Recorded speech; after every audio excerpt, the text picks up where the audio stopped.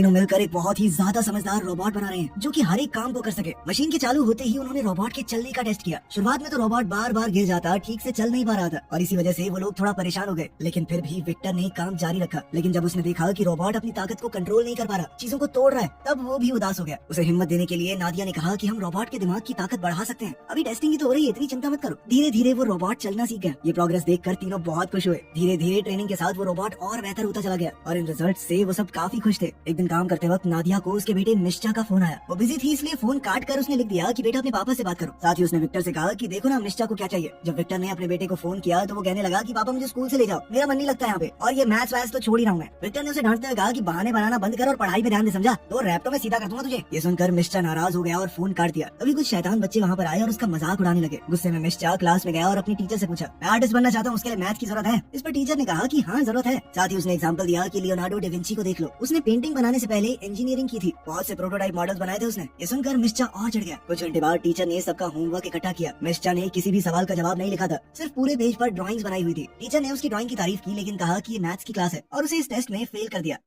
उधर लैब में विक्टर ने रोबोट का वॉइस टेस्ट किया। उसने देखा कि नादिया और कातिया ने रोबोट के अंदर बच्चों जैसी आवाज वाले मॉडल डाल दिए थे। इस बात से विक्टर को बहुत गुस्सा आया। सबसे बड़ी बात ये थी कि उसके पास टाइम भी नहीं था चेंज करने का, क्योंकि उन्हें मीटिंग के लिए देर हो रही थी। मीटिंग में उन्होंने कमेटी को रोबोट की ट्रेनिंग वीडियोस दिखाए। जनरल ने देखा कि रोबोट A112 अपने टारगेट को सही समय पर बचा नहीं पा रहा और थोड़ा धीरे रिएक्ट कर रहा है। उसने कहा कि रोबोट में अभी भी बहुत सुधार की जरूरत है। विक्टर ने समझाने की कोशिश की कि रोबोट ने सारे मिशन पूरे तो किए हैं ना, लेकिन जनरल ने कहा कि वहाँ तुम लड़ते हो या हम, थोड़ा सा डिले भी बहुत सारे लोगों की जान ले सकता है। साथ ही उसने कहा कि रोबोट की आवाज बहुत बेकार है, इसे बढ़िया बनाओ। इस बात से विक्टर को नादिया और कातिया पे बहुत गुस्सा आ रहा था। साथ ही जनरल ने उन्हें कहा कि इसकी ताकत और स्पीड को और ज्यादा बढ़ाओ। उधर मिश्चा घर जा रहा था तब उसकी मुलाकात अपने दोस्त ग्रांट से हुई, जो रोड साफ करता है। मिश्चा ने बताया कि टीचर ने उसे प्रिंसिपल के ऑफिस में भेज दिया। ग्रांट ने उसे तसल्ली दी और कहा कि चिंता मत करो, मैं स्कूल जा सकता हूँ तुम्हारे पेरेंट्स की जगह अगर तुम कहो तो। लेकिन मिश्चा ने मना कर दिया और वहाँ से चल दिया। इसके बाद लैब में विक्टर ने A112 से बात की। उसने पूछा कि तुम्हारे टेस्ट रिजल्ट इतने खराब क्यों आए? रोबोट ने कहा कि शायद आज उसका दिन ज्यादा अच्छा नहीं था। इस जवाब से तो विक्टर और गुस्सा हो गया। तब रोबोट ने बात बदलते हुए कहा कि मैं तुम्हारे परिवार की फोटो देख सकता हूँ। दरअसल वो रोबोट परिवार के बारे में और जानना चाहता था। विक्टर ने कहा कि ये सब बेकार बातें हैं, सब पर ध्यान मत दो तुम। लेकिन रोबोट ने पूछा कि क्या आप सब लोग मेरा परिवार हो? जिस पर विक्टर ने मना कर दिया। तुम सिर्फ एक मशीन हो, कोई इंसान नहीं, मशीनों का परिवार नहीं होता। और इस वक्त तो तुम मेरा दिमाग खराब कर रहे हो। ये कहकर तीनों साइंटिस्ट लैब से चले गए और A112 अकेला रह गया। घर जाकर विक्टर और नादिया ने मिश्चा को डांटा, वही मैथ्स के होमवर्क में ड्राइंग बनाने के लिए। साथ ही विक्टर कहने लगा कि तुम्हारी तो ड्राइंग भी अच्छी नहीं है, अपने माँ बाप की तरह पढ़ाई करके साइंटिस्ट बनो, समझे? मिश्चा ने गुस्से में आकर कहा कि आप दोनों जैसा तो कभी नहीं बनूंगा मैं। उसकी बेटी ने जिस तरह से ये बात कही थी, ये सुनकर विक्टर बहुत उदास हो गया। उधर लैब में A112 अकेला था। उसने डिक्शनरी के अंदर फैमिली वर्ड देखा लेकिन कुछ भी समझ नहीं पाया। फिर उसने सोचा कि ये सब समझने के लिए मुझे एक असली फैमिली ढूंढनी चाहिए। उसने अपने हथियारों का इस्तेमाल करके दरवाजा उड़ा दिया और फिर चुपचाप लैब से निकल गया। वो शहर में छुपते छुपाते घूम रहा था। एक बार को तो वो सड़क पर चलने वाली इन छोटी ट्रेन से टकराने वाला था। थोड़ी देर बाद उसने कुछ लोग देखे जो कि दीवार पर कुछ पेंटिंग बना रहे थे। जब उन्होंने रोबोट की आवाज सुनी तो एक लड़का नीचे गिर पड़ा। रोबोट ने तुरंत उसकी मदद की और उसे बचाया। रोबोट ने बच्चे को बचाया ही था लेकिन फिर भी वो लड़का डर कर भाग गया वहाँ से। ये देखकर A112 बहुत उदास हो गया। कुछ मिनटों बाद रोबोट एक कंस्ट्रक्शन साइट पर गया और वर्कर्स से कहा कि आप लोग अपना काम जल्दी जल्दी कर लें, क्योंकि उनके शोर से एरिया में परेशानी हो रही है। ये सुनकर वो लोग घबरा गए और भागने लगे। रोबोट ने लैब से ली गई फोटो देखी और सोच में पड़ गया कि उसका परिवार कहाँ है।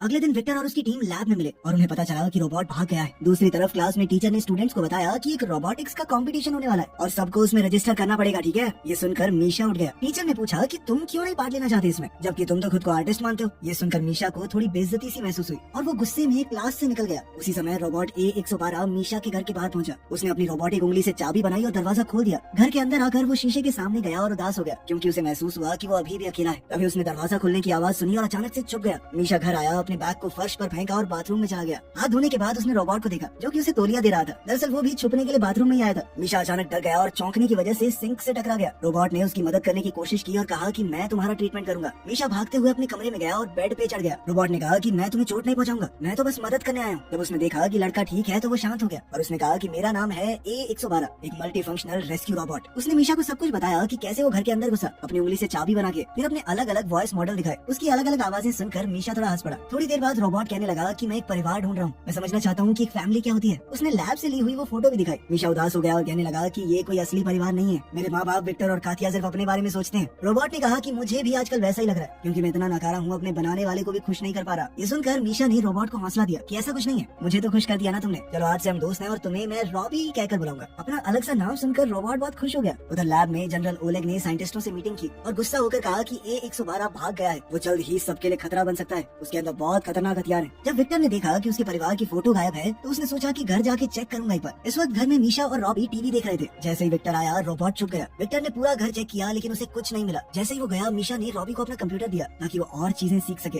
रॉबी ने मिनटों में बहुत सारी चीजें पढ़ डाली। फिर मीशा उसे अपने दोस्त ग्रांट के काम करने की जगह पर ले गया जहाँ पर वो अपनी आर्ट बनाता था। रॉबी ने ड्राइंग्स देखे और पूछा कि ये बिल्कुल सिमेट्रिकल क्यों नहीं है, लेकिन मीशा ने कहा कि आर्ट को किसी सिमेट्री की जरूरत नहीं होती, बस उसमें खूबसूरती होनी चाहिए। फिर वो रॉबी को खिड़की के पास ले गया और दोनों ने सनसेट देखा। इस नजारे को देखकर रॉबी बहुत खुश हुआ। उसने कहा कि देखो कल तुम्हें छुप कर रहना पड़ेगा, मुझे कल स्कूल जाना है। अब रॉबी वर्कशॉप में अकेला रह गया और मीशा ने उसे एक पेन दे दिया ताकि वो ड्राइंग कर सके। दूसरी तरफ जनरल ओलेग के लोग उसे बता रहे थे कि हम एक बहुत बड़े हिस्से में ढूंढ चुके हैं शहर के, हमें वो रोबोट कहीं नहीं मिला। उसने अपने फौजियों को ऑर्डर दिया कि लैब के आसपास सिक्योरिटी बढ़ा दो और शहर के लोगों को जल्द से जल्द अलर्ट भेजा जाए कि अगर कोई रोबोट दिखे तो रिपोर्ट करना। कुछ घंटे बाद अपने घर पर विक्टर, नादिया और मीशा डिनर कर रहे थे। नादिया ने देखा कि विक्टर काफी उदास है और पूछा कि क्या हुआ। विक्टर ने जवाब दिया कि आज बॉस ने बोला कि लैब शायद बंद होने वाली है। जिस पर मीशा ने पूछा क्यों, तो विक्टर ने बताया कि हमारा एक रोबोट है A112, वो गायब हो गया है। अगर जल्द से जल्द उसे पकड़कर खत्म नहीं किया गया तो सबकी नौकरी चली जाएगी। ये सुनकर मीशा एकदम चुप हो गया। अगले दिन स्कूल में क्लास का एक लड़का एंटोन अपने रिमोट कंट्रोल रोबोट को चलाकर टीचर को परेशान कर रहा था। जब टीचर गुस्सा हुई तो उसने रिमोट मीशा की तरफ फेंक दिया और अब टीचर को लग रहा था कि मीशा ने ऐसा किया है, जिसके बाद उसे बिना किसी सवाल जवाब के क्लास से बाहर निकाल दिया गया। थोड़ी देर बाद स्पोर्ट्स क्लास में मीशा एंटोन के पास गया। एंटोन फिर से उसकी बेइज्जती करने लगा लेकिन अब मीशा की बस हो चुकी थी। उसने एंटोन को पकड़कर नीचे गिरा लिया। मेरा नाम क्यों लगाया बे तूने, हाँ बता। तभी जिम टीचर दौड़ कर आया और दोनों को अलग किया। मीशा गुस्से में क्लास से निकल गया और सीधा वर्कशॉप पहुंचा। वहाँ उसने देखा कि रॉबी और ग्रांट तो पत्ते खेल रहे हैं और दोनों अब अच्छे दोस्त बन चुके थे। मीशा के चेहरे पर परेशानी देखकर रोबोट ने पूछा क्या हुआ। मीशा ने बताया कि तुम्हारे पीछे बहुत ज्यादा फौज पड़ी है, ऑर्डर ये है कि तुम्हें ढूंढकर किसी भी तरह से खत्म कर दिया जाए। इसी बात का हिसाब लगाकर मीशा ने कहा कि रॉबी तुम्हें शहर से दूर चले जाओ। तब ग्रांट ने बताया कि जंगल का एक हिस्सा है, वहाँ कोई नहीं जाता क्योंकि कुछ वक्त पहले वहाँ बहुत भयानक आग लगी थी। ये सुनकर मीशा ने रॉबी से कहा कि तुम्हें वहाँ जाकर आग बुझाने की कोशिश करनी चाहिए, इससे सबको ऐसा लगेगा कि तुम अच्छे हो, इंसानों की मदद करना चाहते हो। ये आइडिया सुनकर तीनों खुश हो गए।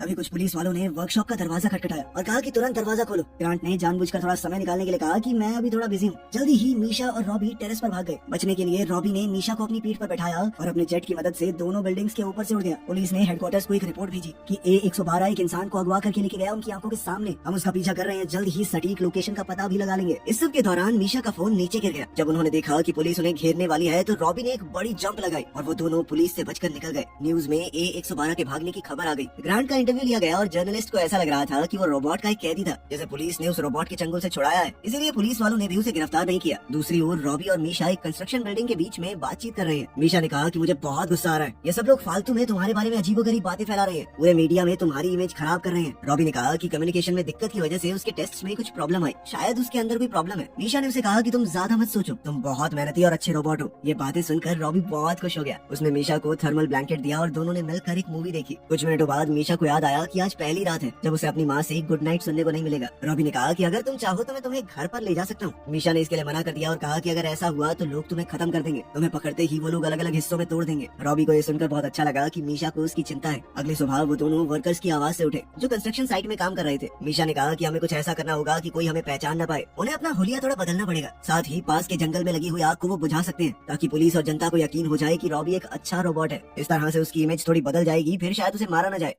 उधर घर पर विक्टर और नादिया के पास कातिया आई और बताया कि लैब बंद हो गई है, जिसके बाद विक्टर पुलिस से पूछने चला गया कि रोबोट और उसके बेटे का कुछ पता चला। उधर रॉबी और मीशा सिटी सर्कस पहुंच गए थे। वहाँ काम करने वाले लोगों से बात करके उन्होंने जोकर के कपड़े पहने ताकि रॉबी को एकदम से देखकर कोई पहचान न पाए। कुछ मिनटों बाद मीशा ने रॉबी से कहा कि तुम अपना भेस बदल के रखना, ठीक है, मैं बस जल्दी से टिकट लेके आता हूँ। तभी एंटोन और ओलिया जो की मीशा की क्लास में पढ़ते थे वहाँ आ गए। वो दोनों मीशा को देखकर हैरान रह गए और पूछा कि तुम्हारे तो गायब होने की खबर चल रही थी। जिसके बाद मीशा ने रॉबी को बुलाया, साथ ही उसने उन्हें बताया कि रॉबी कोई बुरा रोबोट नहीं है, बहुत अच्छा है, वो बिना बात उसके बारे में बुरी बातें फैलाई जा रही है। जोकर की कॉस्ट्यूम में रॉबी को देखकर बच्चे थोड़ा डर गए, लेकिन मीशा ने समझाया कि रॉबी उसका दोस्त है, वो यहाँ से भाग रहे हैं ताकि वो रॉबी को एक सुरक्षित जगह पर पहुंचा सके। उधर विक्टर ने जनरल से बातचीत करने की कोशिश की कि सर आप मेरी लैब को बंद मत कीजिए, लेकिन जनरल ने कहा कि मैं फैसला कर चुका हूँ और वो रोबोट भी जहाँ मुझे मिलेगा उसे वहीं खत्म कर दूंगा मैं। निराश होकर विक्टर वहाँ से चल दिया। वो समझ गया था कि इस आदमी के साथ बातचीत करके कोई फायदा नहीं होगा, लेकिन अपने सबसे बड़े प्रोजेक्ट को फेल होता देखकर उसे बहुत बुरा महसूस हो रहा था। तब मीशा ने अपने साथियों से कहा कि तुम लोग रॉबी के साथ रहना, तब तक मैं बस की टिकट खरीद के आता हूँ, हमें पास वाले जंगल में जाकर आग बुझानी है ताकि रॉबी का नाम साफ हो सके। साथ ही उसने उन दोनों से ये भी वादा लिया कि वो किसी को नहीं बताएंगे। उन दोनों ने मीशा से वादा किया, लेकिन जैसे ही मीशा वहाँ से गया, एंटोन ने रॉबी से पूछा कि क्या तुम सच में वो जबरदस्त करतब कर सकते हो या वो सब भी झूठ था न्यूज में। ये सुनकर रॉबी एक्साइटेड हो गया और जोकर की कॉस्ट्यूम उतार कर मीशा के सामने अपने करतब दिखाने लगा। मीशा ने अपना फोन निकाला और रिकॉर्ड करने लगा। ये देखकर ओलिया गुस्सा हो गई। एंटोन ने कहा कि मुझे इस बात से कोई फर्क नहीं पड़ता कि रोबोट जिंदा रहे या मरे, मैं इसकी वीडियो इंस्टा पे डालूंगा, बहुत फॉलोअर आएंगे मेरे। उसकी ये धोखाधड़ी देखकर ओलिया को बहुत बुरा लगा। इसके बाद एंटोन वहाँ से चला गया और रॉबी ओलिया से बातचीत करने लगा। उधर मीशा को 2 गार्ड्स ने पकड़ लिया। उसके हुलिये से उन्होंने हिसाब लगाया था कि ये वही लड़का है जो गायब हुआ था। कुछ मिनटों बाद विक्टर को पुलिस स्टेशन से एक फोन आया। अब उसकी जान में जान आई थी कि चलो मेरा बेटा तो ठीक है, पुलिस को मिल चुका है वो। उधर एंटोन ने सच में वो सारी वीडियोस सोशल मीडिया पर डाल दी और धीरे धीरे वो वायरल वीडियोस जनरल की टीम तक भी पहुंच गई। उन्होंने फैसला किया कि वो इस बच्चे के पास जाकर उससे पूछताछ करेंगे। पुलिस स्टेशन में विक्टर ने अपने बेटे से मुलाकात की। उसने अपने बेटे को देखते ही गले लगा लिया और पूछा कि तुम अब तक क्या कर रहे थे? वो रोबोट खतरनाक है, तुमने सुना नहीं? मीशा ने कहा कि रॉबी उसका दोस्त है, वो कोई बुरी मशीन नहीं है जैसा जनरल बोल रहा है सबको, वो एक बहुत ही अच्छा रोबोट है। उसने ये भी बताया कि वो उसे अपने कुछ दोस्तों के पास छोड़कर आया है। साथ ही वो अपने पिता को भरोसा दिलाकर उस जगह पर ले आया, ये वादा लेकर कि वो रोबोट को रिपोर्ट नहीं करेंगे। विक्टर थोड़ा हिचकिचाया लेकिन फिर मान गया और मीशा के साथ चल दिया। वहीं रॉबी को ओलिया ने मेकअप से नया लुक दे दिया था। विक्टर ने देखा कि रॉबी अब काफी बेहतर बातचीत करना सीख गया है और उसके सोचने समझने के तरीके में भी काफी बदलाव आए हैं। लेकिन तभी पुलिस की गाड़ियां वहां आ गई। मीशा समझ गया था कि अब तो बहुत दिक्कत होने वाली है। वो तीनों जल्दी से कार्गो शिप के गोदाम की तरफ भागे, लेकिन सिपाहियों ने उन्हें घेर लिया। ओलेग ने ऑर्डर दिया कि जल्दी से बच्चों को लेकर साइड हो जाओ ताकि हम इस रोबोट के ऊपर अपने इलेक्ट्रोमैग्नेटिक हथियार से हमला कर सके, जिससे रॉबी खत्म हो जाएगा। जब विक्टर नहीं माना तो ओलेग ने फैसला किया कि अब तो जबरदस्ती करनी होगी। सिपाही धीरे धीरे आगे बढ़ने लगे। तभी क्रेन से एक कंटेनर की तार टूट गई। वो कंटेनर जनरल के बहुत पास गिरने वाला था। जनरल उसे मारना चाहता था, लेकिन फिर भी रॉबी ने बिना सोचे कंटेनर पकड़ लिया ताकि किसी और को चोट न लगे। कुछ देर बाद कंटेनर के वजन से रॉबी का शरीर टूटना शुरू हो गया। उसका हार्डवेयर इतने वजन को नहीं उठा सकता था। उसने सभी लोगों को वहाँ से थोड़ा दूर जाने को कहा। मीशा बहुत दुखी होकर अपने दोस्त के लिए चिल्लाया। कुछ देर बाद कंटेनर रॉबी के ऊपर गिर ही गया और वो पूरी तरह से चकनाचूर हो गया। ये सब देखकर ओलेग हैरान रह गए कि मैं इस रोबोट को मारना चाहता था, लेकिन फिर भी इसने मुझे बचाया। थोड़ी देर बाद उस कंटेनर को हटाया गया रॉबी के ऊपर से। मीशा उदास होकर रॉबी को अलविदा कहने लगा। विक्टर ने अपने बेटे को शांत करने की कोशिश की, पर तभी मीशा ने सुना कि रॉबी रीएक्टिवेट हो रहा था। सब खुश हो गए कि रॉबी कुछ हद तक अभी भी ठीक है। उन सब ने रॉबी की मदद की और वहाँ से चले गए। कुछ वक्त बाद मीशा ने अपनी इस एडवेंचर की ड्राइंग्स रॉबी और ओलिया को दिखाई। सबको ही वो बहुत पसंद आई। आखिरकार सब लोग डिनर के लिए इकट्ठा हो गए और रॉबी ने नादिया का फोन मांगा ताकि वो भी अपने इस परिवार के साथ फोटो ले सके।